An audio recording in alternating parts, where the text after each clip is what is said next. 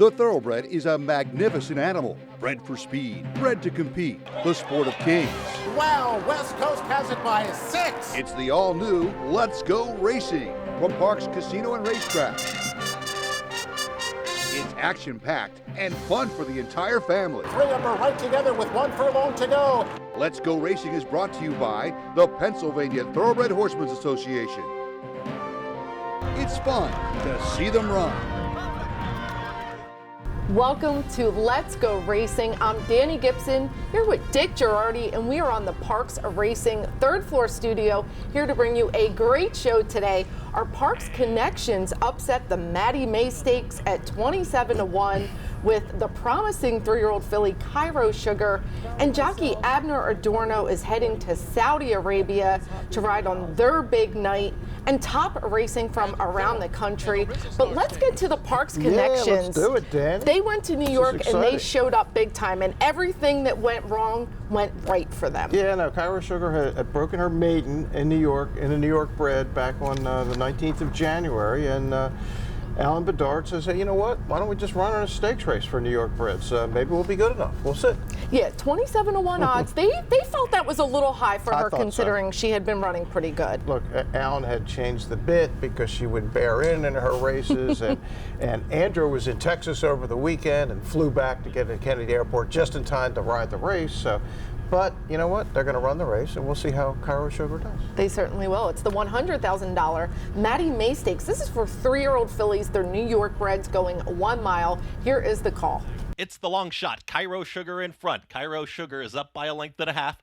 Luna Loca is going to now stalk right there in second. Up on the outside is Le Bon Temps, patiently ridden in the third spot. Sweetest Princess is now tucked in between these leaders here, is in the 4th position, followed by I'm Having a Moment and Starry Midnight. Still the trailer as they reach a half mile left to go. It is still Cairo Sugar in front. Cairo Sugar only up by a neck. Luna Loca starts to turn up the heat up on the outside, is within now a neck of that leader. Le Bon Temps has got to go now, is in the 3 path and now starting to lose some ground. Sweetest Princess still in behind rivals, needs some room. I'm Having a Moment is now shoved along, and Starry Midnight with a wide rally in the red silks.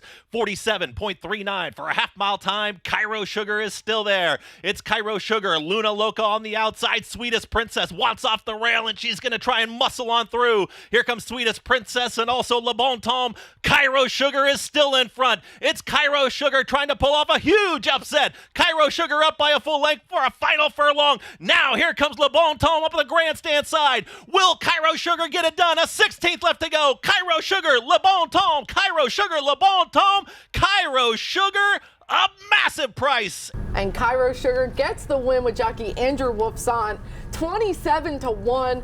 Couldn't be happier for them. Yeah, I mean, the race really kind of changed right at the beginning, Danny, when Luna Loca, they just didn't, Jose Gomez didn't really ask her for her speed. All of a sudden, Andrew's looking around, hey, I'm in front. This is a good thing. And the change of bit, the change in the blinkers kept her from bearing out. She ran straight and true, got a 73 buyer, the best of her career. I wrote about it this week on letsgoracingparks.com or patha.org. It's out there somewhere on Facebook. But yeah, terrific story. Andrews had a great run in New York, won 3 stakes out of the last 6 tries, and Allen's had 4 starters at the Aqueduct Winter Meet, and he's won with 3 of them, but the biggest one of all, Cairo Sugar. Yeah, it was definitely an upset. I wasn't prepared for that. I was just trying to get the best trip possible and hoping to hit the board at the longest shot on the board. So yeah, we had the rail. The plan was to just get a good break, and if they let me have the lead, I was going to take it. Honestly, I wasn't expecting to be able to take the lead. The horse right outside of me, the number 2 horse, had a little bit more speed, I thought, but once I drew even with that horse leaving the gate, it looked like that horse was going to sit chilly, and I just opened up about a length and a half, and gosh, she got so comfortable sitting out in front and felt like she was just skipping over that track. So when we turned for home, I asked her for a little bit more, and they couldn't catch her. The 5 horse was a really tough horse, Linda Rice's horse, and she really needed to step up, and Andrew did a tremendous job getting her in the front and just made it happen. It's always nice to go up to New York and kind of beat those guys coming from Parks, isn't it? It is. I mean, it's just nice to win in New York. You know, people talk about New York. It's definitely a nice upper echelon racing. but it is nice to go beat. It's not a motive of mine, but it's nice to go there and win, sure. Talk about Cairo Sugar a little bit. How's she progressing? Obviously, she did a great job yesterday. Cairo Sugar's just been tremendous for us since she got here. Hands off to the owner, AP Stable, and Randy Nur. He does a tremendous job doing his homework and buying these diamonds in the rough out of the sales, and very nice bred horses. So hands off to him. But when she got here, you know, we thought she was going to be a two-turn type of horse. So we started her out at maiden special weight here at Parks and ran a big race, and then we actually wanted to run here anyway, even though she's New York bred, and the races didn't go, so we went up there for the maiden special New York bred, and won that. And she's just been progressing. We've got her. She had a bad habit of getting in down the lane, so we changed her blinkers. I changed her bit, and maneuvered the whip a little bit to the left side to be aware that she does that. And boy, yesterday she just ran straight and good and ran away with it. What's next for Cairo Sugar? What's the plan? Well, we actually talked about giving her a little break, maybe a couple weeks, a month, and Cairo Princes seem to be running very well on the turf. So we were going to think about aiming her for the turf, but she came back from this race terrific, ice cold legs, everything's nice, so we're not sure what we're going to do yet. Gotcha. Tell me a little bit about your background. How did you get involved in this sport? I started out going to the windows when I was 18, and my buddies all kept going to the windows, and I kept going to the paddock. Just loved the horses, loved the racing, and just got into it, started reading books and magazines and learning that way, and just got into it on my own. You must enjoy being around these animals. That must keep you going. It does. You know, it's a long grind. You know, this business, early mornings, late nights when you're traveling. But you know, when you can stand there at a stall and just look at a horse for an hour, just gazing at them and seeing how they stand and what their reactions are to everything, it's nice. They're beautiful animals. Yeah, huge win for them. And jockey Andrew Wolfson's just really showing what kind of rider he is. Not only was he the king of turf, he's now the king of New York. Yeah, he is the king of New York, and he's been a gigantic price all those times. Maybe next time they'll go, hey, wait a second, isn't the guy who wins big prices? Maybe we should bet on him. Maybe we should bet on him. We will bet on him. Speaking of jockeys that are doing big things, when we come up after this break, jockey Abner Adorno is flying to Saudi Arabia to ride in the $1.5 million Riyadh Cup. We have that story and our local race of the week all coming up on the other side of this break. Chapman Ford of Philadelphia is the #1 volume Ford dealer in the Philadelphia region. Again! And we've got new EcoSport, Escape, Explorer, Bronco Sport, and even F-150 inventory, all here and more on the way. And right now, you can lease a new Escape for just $329 a month. Only $329 a month for a new Escape. Or lease a new Explorer for only $399 a month. Just $399 a month for a new Explorer. Chapman Ford of Philadelphia, the #1 volume Ford dealer in the Philadelphia region. Peace and Justice. Lifetime, he sired over 60% winners from starters and nearly 40% two-year-old winners from starters. His runners have won or placed in nearly 40% of their starts, with average earnings per starter well above his stud fee. In 2022, his progeny won at 14 racetracks in 10 states.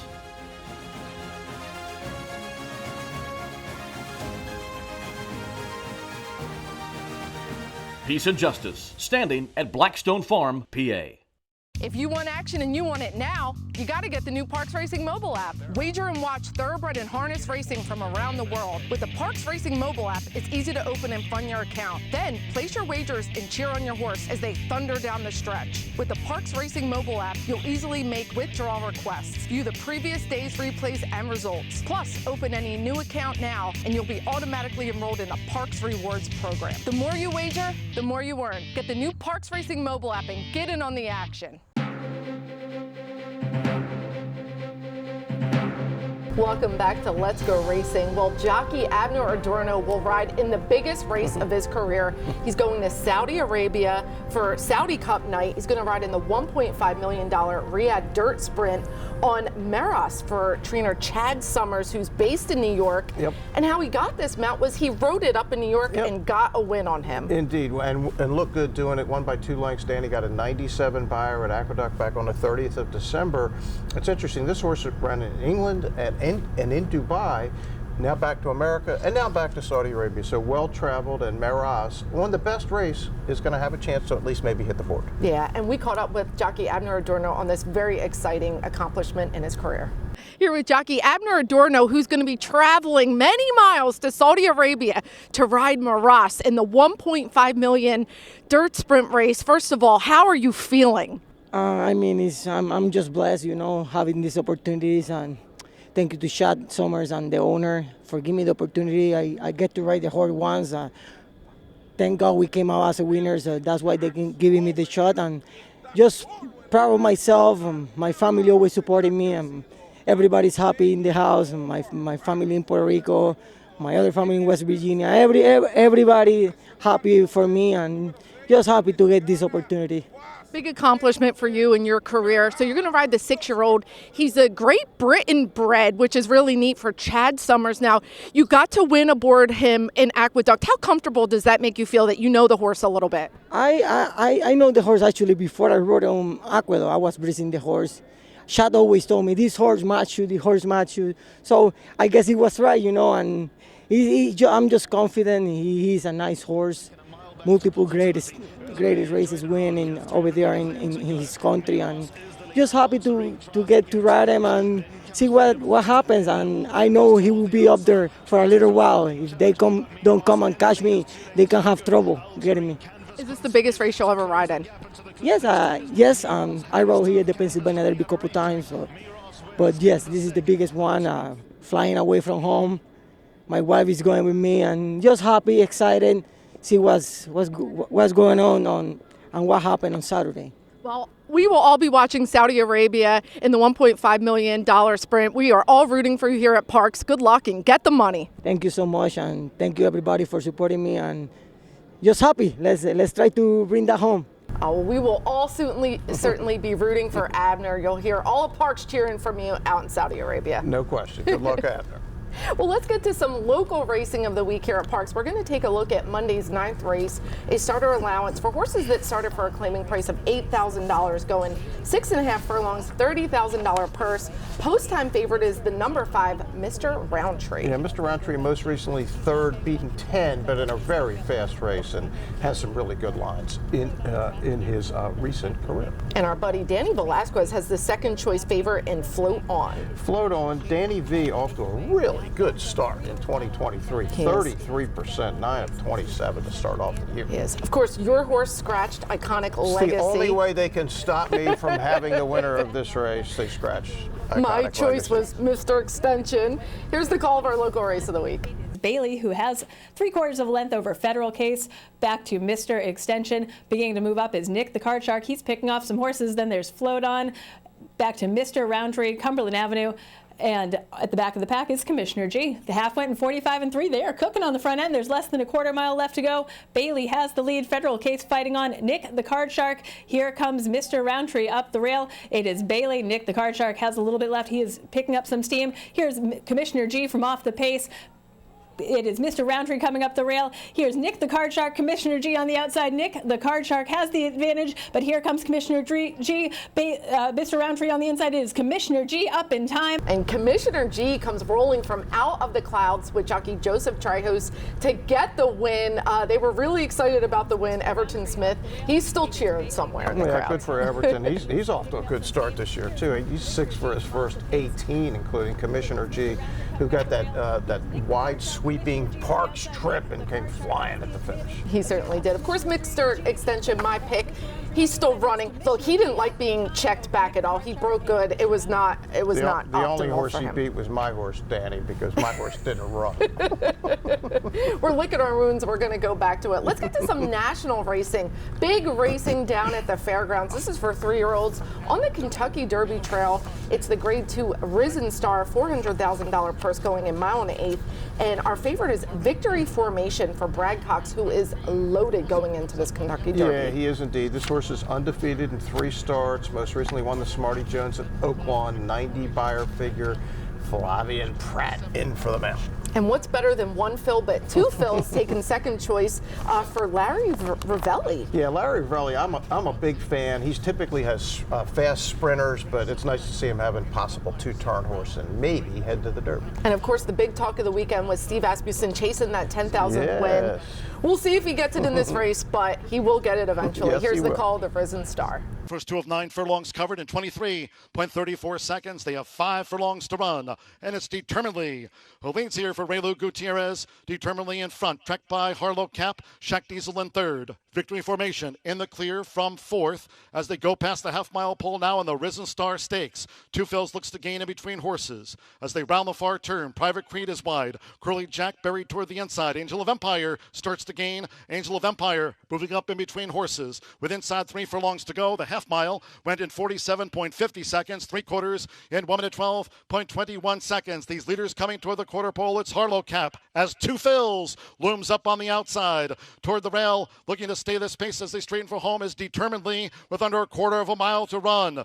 Coming down toward the final furlong, Two Fills, Harlow Cap, Sun Thunder gets through toward the inside as they come down toward the final 16th. Getting in between horses, Angel of Empire, and farther out is Tabit's Conquest, who's also mustering a late rally past the 16th. And here's Angel of Empire for Luis Saez. Angel of Empire in the Risen Star Stakes. An Angel of Empire, just a pace meltdown for him, and Luis Saez had to like that, and he got up and got the win. Yeah, I mean, he was second, Danny, beaten by 3 lengths to Victory Formation and the Smarty Jones. Victory Formation had a pretty good trip. I thought Flavien gave him a real chance, just backed out of there, and Angel of Empire came running late. I don't think it was a very good race, frankly. 89 buyer figure for the Risen Star, so I'm not, unlike last year when Epicenter came out of Louisiana, I don't see anything, at least at this point. We'll wait for Louisiana Derby to make a final determination, but don't like the group coming out of Louisiana so far. Yeah, I concur with you on that. Well, let's get and see what the fillies have in store. It's the Grade 2 Rachel Alexandra.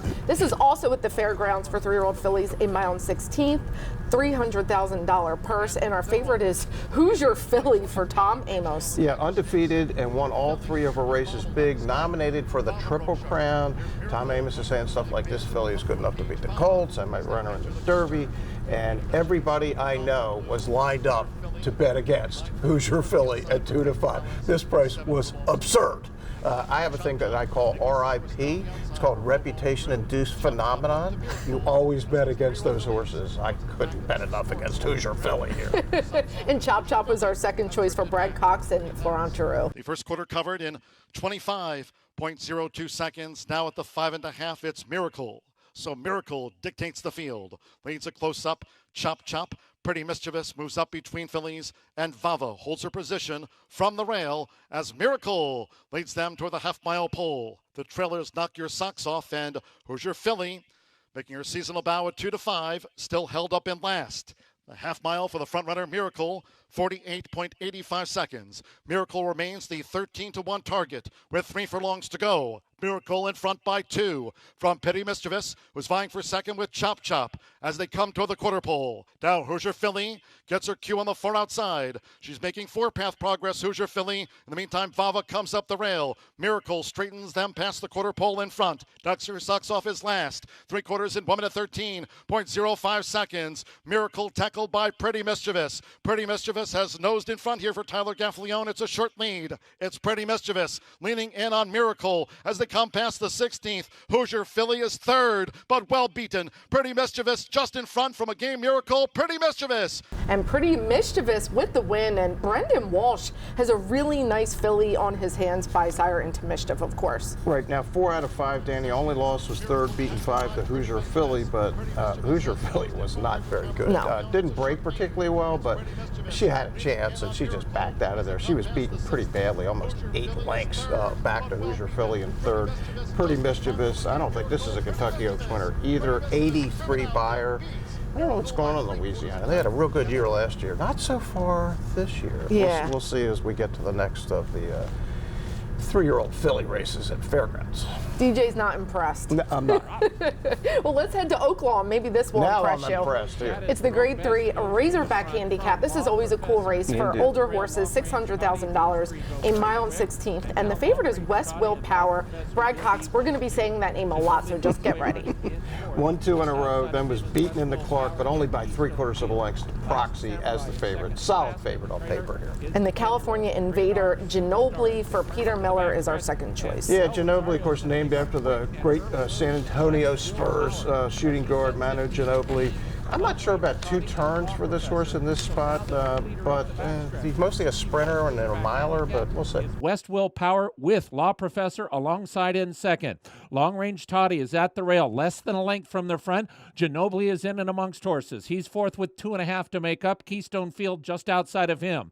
Last Samurai has 5 lengths to make up. He's a length in front of Hero Status, and the trailer is still Rated R Superstar, and the leader is West Will Power. West Will Power, 3 furlongs from the money. Law Professor right alongside. These two are matching strides to the quarter pole. They have opened up 3.5 lengths on Long Range Toddy, Ginobili, and Keystone Field. Next, it's Last Samurai, Law Professor, and West Will Power square off at the top of the stretch. West Will Power inside, Law Professor outside. Last Samurai threatens to run a very big race, and here comes Last Samurai in the center of the racetrack, and he is mowing down West Will Power and Law Professor. So Last Samurai. And Wayne still has it. Last Samurai comes rolling home.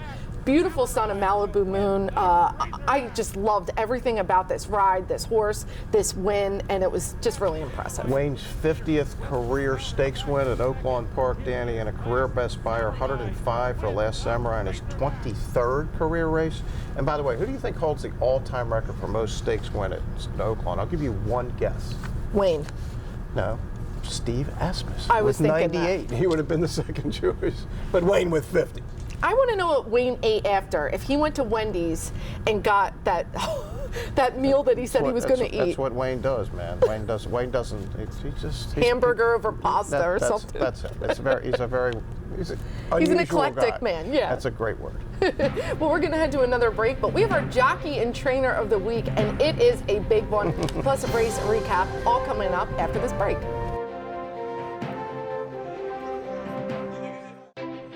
Turning for Home is a nonprofit that has provided nearly 2,800 former racehorses with a safe retirement. The program was created through the foresight of the Pennsylvania Thoroughbred Horsemen's Association. We all love animals, and to give back to something that helps us so much, it's a great thing. Responding to the need for a better system that addressed the uncertain future for the retiring equine population at Parks Racing, the PTHA rallied horsemen to support the program. These horses can do anything from hunter jumpers to western to therapeutic riding. Turning for Home became the first on-track retirement program at a year-round racetrack.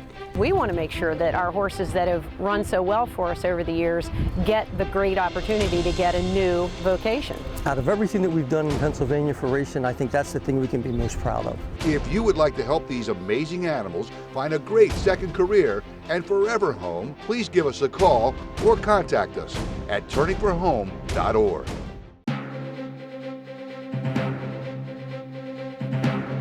Welcome back to Let's Go Racing, and our jockey and trainer of the week is brought to you by Turning for Home. And our trainer of the week, it was a monumental win for Eclipse Award and Hall of Fame jockey Roberto Rosado got his first career win as a trainer, and I caught up with him on this exciting moment. You won a lot of races as a jockey. How's this feel? Oh, it feels very nice, very emotional. Yeah, I thought he not gonna win. That was exciting. Yeah. Do you even give him instructions? No, I not giving no instruction. He knows the horse. I not say nothing to him. Good job. Thank you. Yeah, a lot of emotion for Roberto Rosado. His family was here. He dedicated the win to his grandfather, who said was just really influential in getting his career and his love of horse racing started. Yeah, that's great. Good for him. First of many. Let's hope. And our jockey of the week is Andrew Wolfson, who we used to call him the king of the turf. Now we're jokingly calling him the king of New York, but he did have that big win up in New York and riding Cara Sugar. Yeah, Cara Sugar for Randy Nur, who did a great job at the sales. Bought this horse for $6,000 and is over 100 and counting. She's pretty Cool. So let's get into race recap, and let's head down 95 to Laurel Park. It's the Grade 3 General George Stakes. It's going 7 furlongs, $250,000. Our boy Barron is in here, but he's going to stumble at the start, and Eastern Bay gets the lead. Yeah, Eastern Bay, once he takes the lead in this, is going to be very difficult to catch. This is a pretty solid horse, but Parks is going to run 2-3. Yodel Lee A. Who, I have to do that slowly, is going to come on for Jamie Ness to be second. And I thought Barron ran really well after the start, really got him out of his comfort zone. He's better than that, but he does never run bad races, Barron, not ever. Yeah, and I just love Eastern Bay. We've seen him here at Parks. Absolutely. First graded stakes Very win cool for jockey William Humphrey, who's come here to ride him. Nice kid, and just a really cool 9-year-old to root on. Well, it's time for Eye on Racing, and we will all be rooting on tough tickets in the Stymie today up in New York for our friend Harry Weiner. It was last week's feature. Absolutely, and last year's Pennsylvania Derby winner will be the favorite in the Saudi Cup today. Look for Taba. I asked Baffert, I said, why didn't you run in the Pegasus? I'll give you 20 million reasons. I said, oh, okay. So Taba going for the Saudi Cup today. I think he likes his chances. And of course, 3-year-olds in the Grade 2 Rebel and the Honeybee out at Oaklawn Park. So awesome day of horse racing around the world. Yeah, and in the Rebel, we should mention this, Danny. This is now the first of the Baffert horses that have been off to Tim Yaktine. He lost the lawsuit in Kentucky that did not get an injunction. It's pretty clear he's not going to be able to run horses in the Derby, so this is the first of many Baffert horses that are going to be transferred. It looks like most of them are going to go to Tim Yaktine like last year. Okay, well, you heard it here.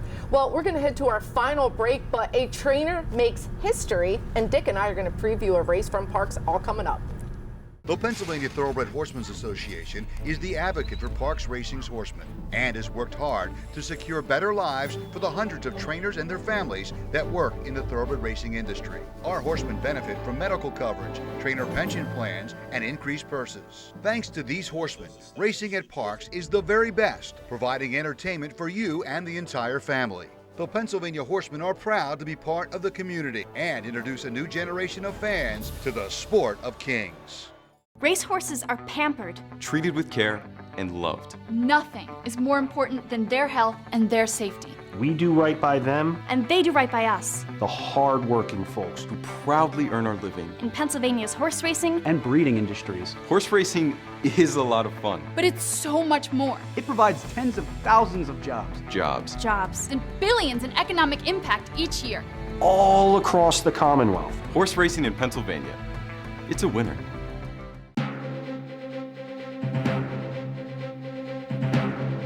Welcome back to Let's Go Racing. Well, Steve Asmussen did it. He made absolute history getting his 10,000 career win.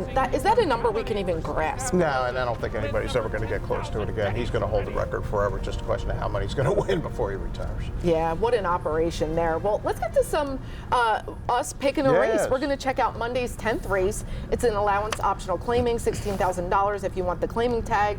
$57,000 purse. So these horses are coming running for this money, and they're sprinting 5.5 furlongs, so it's going to be fast. I'm going to go with the team that has not let me down. Jockey Jeremy Laprida riding for Freddie Velasquez. He's incredible. He sure is, and he's going to get me back in the winnings. Yeah, I got no problem with that horse. He gets all the numbers. I'm going to go with mid-laner, my man Michael Moore, cruising at almost 40% here at Parks in 2023. Yeah, when in doubt, go with Moore. That is the way. Well, we're going to have a great show for you next week. We have our Horseman's Banquet. We're going to have all the coverage, including the coveted Horse of the Year awards. And Parks Madness is back. Parks Madness next Monday and Tuesday. A lot of good stakes races named after local schools. Be fun couple days. Yeah, basketball and horse racing. Never heard of a better combination. I'm sure you didn't. Thanks for joining Dick and I on this week's Let's Go Racing. We'll see you next week. And they're off. Skippy Longstocking has early speed. We the people from in between horses. Taba has got the lead now. It's Taba in the center of the racetrack, but Taba is drawing away. And Taba with Mike Smith, they win the Bet Parks Pennsylvania Derby.